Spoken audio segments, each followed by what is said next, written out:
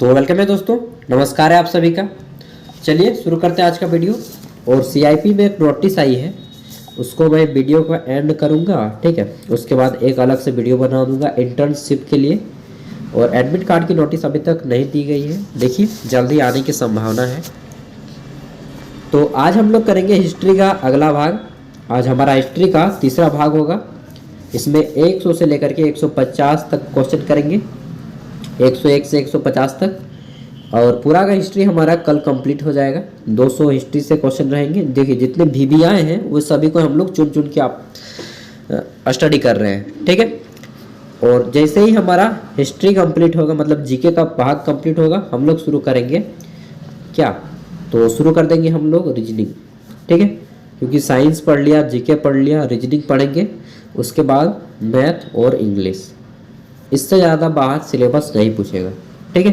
तो चलिए आज शुरू करते हैं। दिल्ली लाल किला किसने बनवाया? दिल्ली का लाल किला हम सब ने देखा है, 200 रुपये के नोट पर भी है। और यह बनवाया है शाहजहां ने, ठीक है। नेक्स्ट देखते हैं। क्वेश्चन है कि किस मुगल शासक ने गुरु अर्जुन देव को फांसी में सजा दे दिया? गुरु अर्जुन देव सिखों के 5वें गुरु थे ना, और इनको फांसी की सजा दे दिया था जहांगीर ने। ऑप्शन ए इसका राइट आंसर हो जाएगा।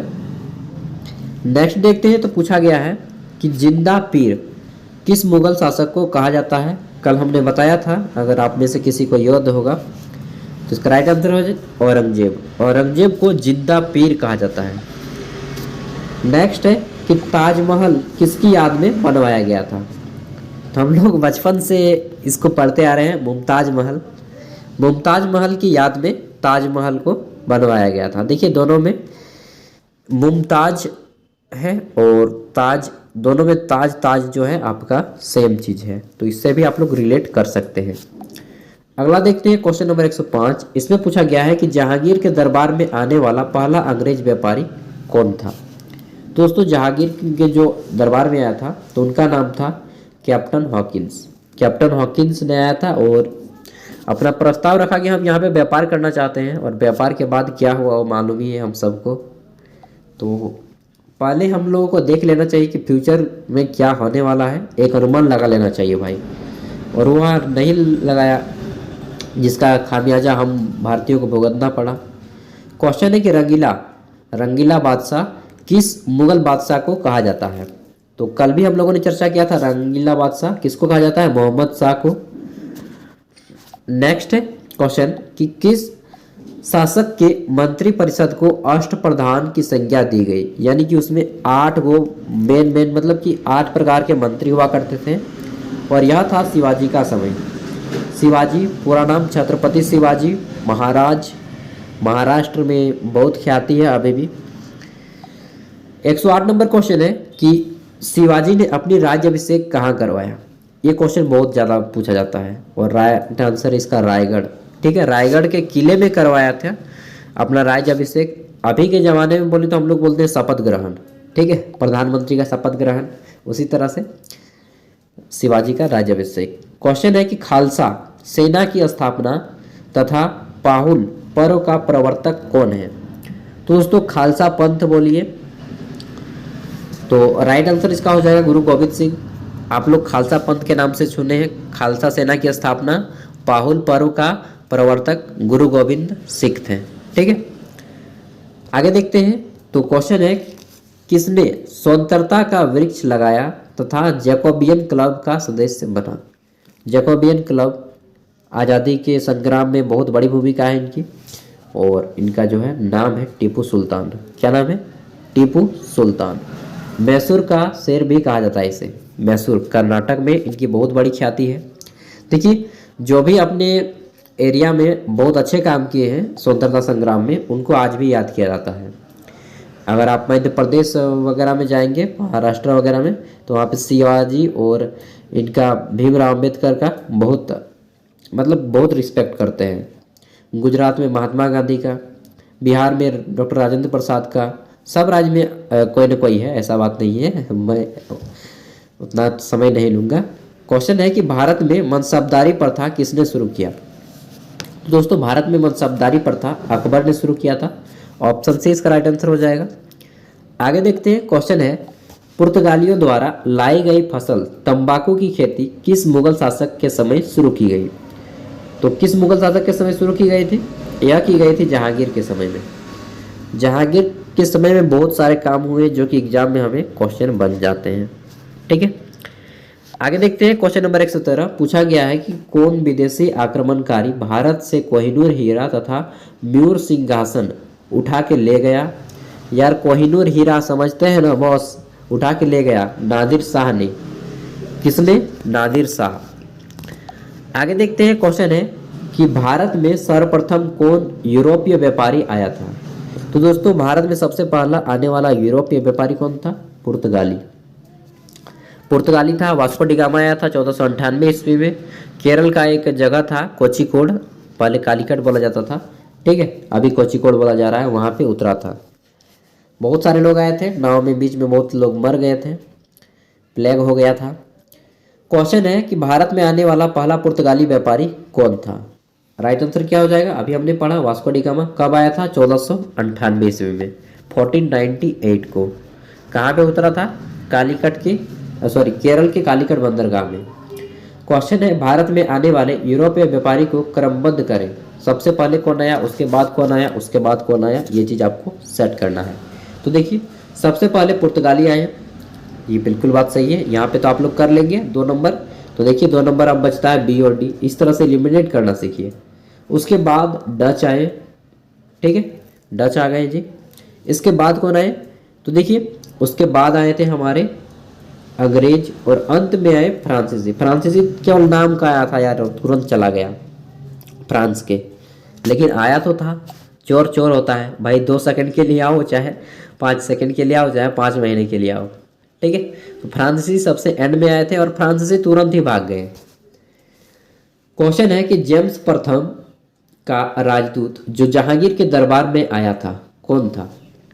ठीक है, जेम्स प्रथम का राजदूत जो जहांगीर के दरबार में आया था वे कौन थे? तो इनका नाम था दोस्तों sir Thomas Roe, sir Thomas Roe, ठीक है। आगे देखते हैं, क्वेश्चन है कलकत्ता, जिसको अभी कोलकाता कहा जाता है, नगर की नींव यानी कि किसने बनाया या किसने तैयार किया था? खाना खा के उठा इसलिए थोड़ी सी डकार आ रही है। क्वेश्चन है तो इसका राइट आंसर क्या हो जाएगा? जॉर्ज चार्नाक, इसी ने कलकत्ता शहर की नींव डाली थी। अक्सर क्वेश्चन पूछा जाता है कि आगरा शहर की नींव किसने डाली? सिकंदर लोदी ने, इसको भी नोट कर लीजिएगा। क्वेश्चन है ईस्ट इंडिया कंपनी की स्थापना कब की गई? देखिए बहुत ही इंपॉर्टेंट क्वेश्चन, हम लोग बचपन से पढ़ते आए हैं। सन 1600 ईस्वी में ईस्ट इंडिया कंपनी की स्थापना की गई थी, ठीक है। आगे देखते हैं, तो क्वेश्चन नंबर 120 है। इसमें पूछा गया है कि अंग्रेजों एवं फ्रांसीसियों के बीच निर्णायक वांडीवास का युद्ध कब हुआ था? इसमें फ्रांसीसियों की हार हो गई और फ्रांसीसी भाग गए। तो वांडीवास का युद्ध हुआ था 1760 ईस्वी में। कब हुआ था? 1760 में। डेट चाहे तो आप नोट कर सकते हैं। 21 नंबर क्वेश्चन है कि प्लासी की लड़ाई किन 2 पक्षों के बीच में हुई थी? प्लासी का जो युद्ध हुआ था यह किन 2 पक्षों के बीच हुआ था?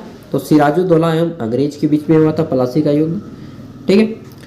आगे देखते हैं, क्वेश्चन है बक्सर की लड़ाई मीर कासिम के साथ दिया गया। बक्सर की लड़ाई मीर कासिम का साथ किसने दिया था?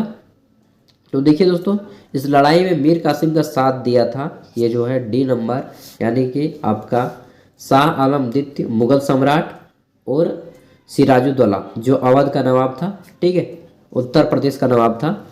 इन दोनों ने साथ दिया था बक्सर की लड़ाई में मीर कासिम का।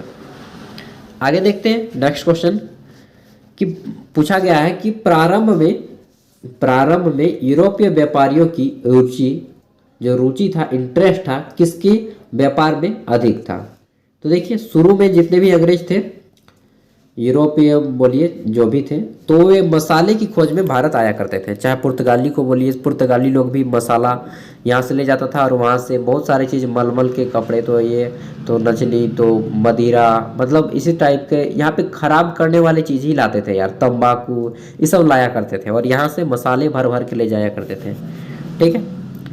आगे देखते हैं, क्वेश्चन है कि बंगाल में दैत्य शासन की नींव किसने रखी? तो बंगाल में जो दैद शासन है इसकी नींव रखी थी रॉबर्ट क्लाइव ने। नाम तो सुने ही होंगे, डेंजर आदमी था यार। नेक्स्ट क्वेश्चन है कि बंगाल से दैद शासन को किसने समाप्त किया? तो दोस्तों बंगाल से दैद शासन को वारेन हेस्टिंग ने समाप्त कर दिया था। ऑप्शन ए इसका राइट आंसर हो जाएगा। आगे देखते हैं, क्वेश्चन है कि कलकत्ता में उच्च न्यायालय की स्थापना कब हुई? तो कलकत्ता उच्च न्यायालय की स्थापना कब हुई थी? दोस्तों इसकी स्थापना हुई थी यार सर्दी आज कई दिन से मुझे हो गया है ना। 1774 ईस्वी में कलकत्ता उच्च न्यायालय की स्थापना हुई थी। और कलकत्ता उच्च न्यायालय जो है अंडमान निकोबार का भी देखा जाता है, ठीक है, वहाँ का भी उच्च न्यायालय है। क्वेश्चन है सहायक संधि किसके मतलब कि किसने लागू की? किस गवर्नर जनरल ने लागू की? तो दोस्तों लॉर्ड वेलेस्ली ने सहायक संधि लागू की थी, ठीक है। आगे बढ़े, क्वेश्चन है कि सहायक संधि पर हस्ताक्षर करने वाला पहला राज्य कौन था? तो सहायक संधि पे जिस राज्य ने हस्ताक्षर किया था वह था हैदराबाद। कौन था? हैदराबाद। और जब देश आज़ाद हो गया तो सबसे बाद में कर रहा था हैदराबाद। हैदराबाद की भी अजीब कहानी है यार। फिर 2014 में अलग हो गया तेलंगाना इससे, उसको भी याद कर लीजिएगा। क्वेश्चन है कि भारत का प्रथम गवर्नर जनरल कौन था? ये क्वेश्चन बहुत इंपॉर्टेंट है। भारत का प्रथम गवर्नर जनरल कौन था? तो देखिए इसका राइट आंसर हो जाएगा लॉर्ड विलियम बेंटिंग, ठीक है। कौन हो जाएंगे? Lord William Bentinck. नेक्स्ट है सती प्रथा को समाप्त करने का श्रेय किस गवर्नर जनरल को प्राप्त है? तो सती प्रथा का श्रेय जो है लॉर्ड विलियम बेंटिंग और राजा राम मोहन राय, इन दोनों ने मिलके किया था, ठीक है। और इससे पहले जो है यार बहुत स्थिति खराब थी, क्या बताएं, महिलाओं को उनके जब हस्बैंड समय से पहले मतलब कि हस्बैंड पहले डेथ कर गए तो उसको साथ में लेडीज़ को मरना पड़ेगा, जिंदा जलना पड़ेगा बस भाई। क्वेश्चन है समाचार पत्रों से प्रतिबंध हटाने का श्रेय किसे प्राप्त है? तो समाचार पत्र जितने हैं इनमें हटाने का श्रेय दिया जाता है चार्ल्स मैटकॉफ को, ठीक है। प्रतिबंध हटा दिया जाए, रोक हटा दिया जाए, इसका श्रेय दिया जाता है चार्ल्स मैटकॉफ को। और मुझे लगता है कि ये क्वेश्चन आप थोड़ा सा पहली बार सुने होंगे तो प्लीज नोट कर लीजिएगा। क्वेश्चन है कि किस गवर्नर जनरल ने व्यापगत सिद्धांत डॉक्ट्रिन ऑफ लेब्ज का प्रतिपादन किया? ठीक है, तो व्यापगत सिद्धांत डॉक्ट्रिन ऑफ लेब्ज का प्रतिपादन किसने किया था? लॉर्ड डलहौजी ने। ऑप्शन सी इसका राइट आंसर हो जाएगा लॉर्ड डलहौजी। नेक्स्ट है कि भारत में पहली रेल कब चली? हम सभी को मालूम है यार, कब चली थी? 1853 ईस्वी के 16 अप्रैल। और कहाँ से कहाँ के बीच चली थी? तो मुंबई से ठाणे के बीच में चली थी, 35 किलोमीटर की दूरी है। और ट्रेन का नाम क्या था? तो डेक्कन क्वीन नाम था जी, ना ब्लैक ब्यूटी, क्या था बताइएगा थोड़ा सा, देखते हैं कितने लोग को मालूम है। 134 नंबर है वर्नाकुलर प्रेस एक्ट किसने लागू किया? तो वर्नाकुलर प्रेस एक्ट, इसके बारे में बहुत सारे क्वेश्चन पूछे जा चुके हैं और इसको लागू किया था लॉर्ड लिटन ने, ठीक है, लॉर्ड लिटन ने। अगला क्वेश्चन है भारत का प्रथम वायसराय कौन था? तो भारत का प्रथम वायसराय कौन थे? Lord Canning, Lord Canning. अगला है कि भारत का अंतिम ब्रिटिश गवर्नर जनरल कौन थे? भारत के अंतिम पूछा गया है, ठीक है। पहले थे लॉर्ड विलियम बेंटिंग और अंतिम कौन है? तो अंतिम है दोस्तों लॉर्ड माउंटबेटन। और यह जब भारत आज़ाद हो रहा था 1947 उस टाइम पे थे, ठीक है। और भारत पाकिस्तान को समझौते के लिए इन्होंने बनाया था। क्या बताएं, अब इतिहास को तो हमने जाके देखा नहीं है, जो भी हुआ चलिए बहुत बुरा हुआ। क्वेश्चन है भारतीय शिक्षा का मैग्ना कार्टा, एक मिनट, क्वेश्चन है कि भारतीय शिक्षा का मैग्ना कार्टा किसे कहा जाता है? तो भारतीय शिक्षा का मैग्ना कार्टा किसे कहा जाता है? वुड डिस्पैच को, ठीक है, वुड डिस्पैच को। आगे देखते हैं, क्वेश्चन है कि 10 मई 1857 को सिपाही विद्रोह कहाँ से प्रारंभ हुआ? तो दोस्तों 10 मई को 1857 सिपाही विद्रोह मेरठ से शुरू हुआ था। मेरठ अभी जाइए तो यार बहुत बड़ा शहर है, ठीक है। तो सिपाही विद्रोह यहीं से शुरू हुई थी। आगे देखते हैं नेक्स्ट क्वेश्चन। तो पूछा गया है मंगल पांडे ने किस छावनी में विद्रोह किया था। देखिए मंगल पांडे हम सब जानते हैं, और वो जो आमिर खान वाली फिल्म है हम सब ने देखी है, बैरकपुर नाम था। ठीक है, राइट आंसर हो जाएगा बैरकपुर। 140 नंबर क्वेश्चन है कि 1857 ईस्वी के विद्रोह के समय भारत का गवर्नर जनरल कौन था। तो 1857 ईस्वी के विद्रोह के समय भारत का गवर्नर जनरल था लॉर्ड कैनिंग। कौन थे? Lord Canning. आगे देखते हैं। तो पूछा गया है कि बिहार में 1857 ईस्वी के दौरान 1857 के विद्रोह का नेतृत्व किसने किया था। तो वहाँ पे साथ कौन दिया था बिहार में? दोस्तों बिहार में साथ दिए थे वीर कुंवर सिंह ने, वीर कुंवर सिंह।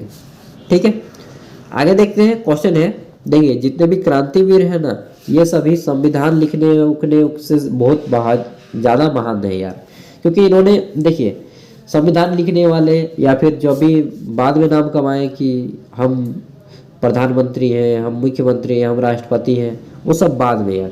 ये लोग जान देंगे हमारे देश के लिए लड़ा है। ठीक है, शादी ब्याह तो दूर की बात, ऐसी विषम परिस्थिति में रहते हैं कि हम लोग सोच भी नहीं सकते हैं। ठीक है, तो समझ रहे हैं ना, इनका त्याग बहुत बड़ा त्याग है। क्वेश्चन है 1857 के विद्रोह का तात्कालिक कारण क्या था।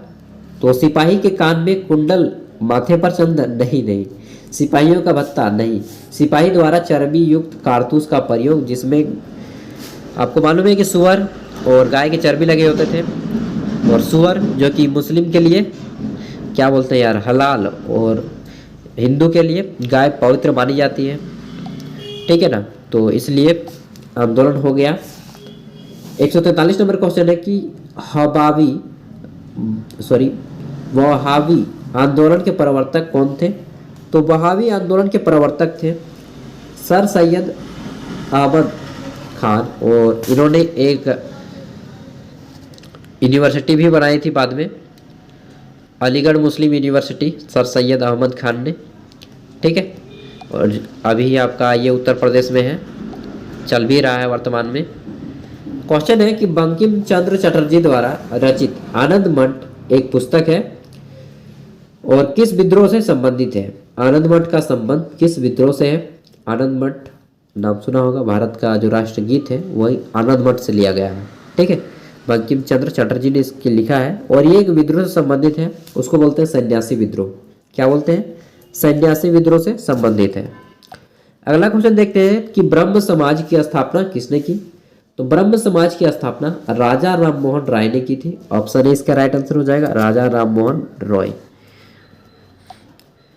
नेक्स्ट क्वेश्चन है कि शुद्धि आंदोलन किसने चलाया।